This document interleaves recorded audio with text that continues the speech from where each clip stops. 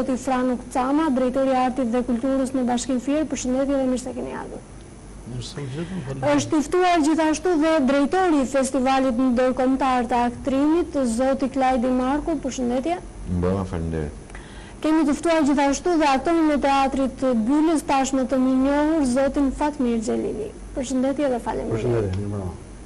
Atëherë, le ta nisim nga drejtori i festivalit, sepse kam përshtypjen se dhe bara kryesore e këtij festivali bie mbi ju. Zoti Marku, e keni parë si një festival të suksesshëm këtë që sapo lam pas? Po, së pari falenderoj për ftesën, falenderoj televizionin tuaj, sepse vërtet keni qenë gjithmonë shumë pranë artit dhe kulturës.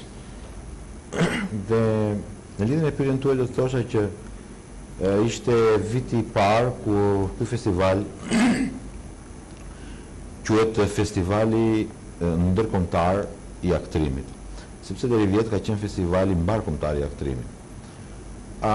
Ne si organizator të këtij festivali kemi gjykuar që në radhë parë duke marrë mendimet e kolegëve tanë, si në teatrin kombëtar, si dhe aktorëve që janë jashtë kufive të Shqipërisë, domethënë aktorëve flas me emër, menduam që ballafaqimi i vlerave të aktorëve shqiptar me kolegët e tyre jashtë kufive të Shqipërisë është shumë i rëndësishëm, sepse do krijoj standarde të tjera për teatrin.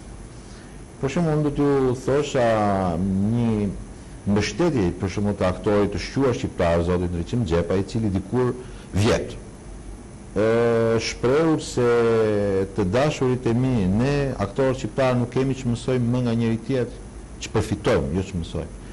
Ne atëherë duhet ballafaqohemi me vlerat e aktorëve kolegëve tanë jashtë. Pra, ashtu si politika shqiptare, ashtu si ekonomia shqiptare, ashtu si çdo gjë tashmë po njësohet dhe po shkon drejt standardeve evropiane, edhe arti është halk e një zinxhiri jetësor i cili dhe ky do të ballafaqohet kultura jonë me identitetin e vet natyrshëm në nivelet evropiane.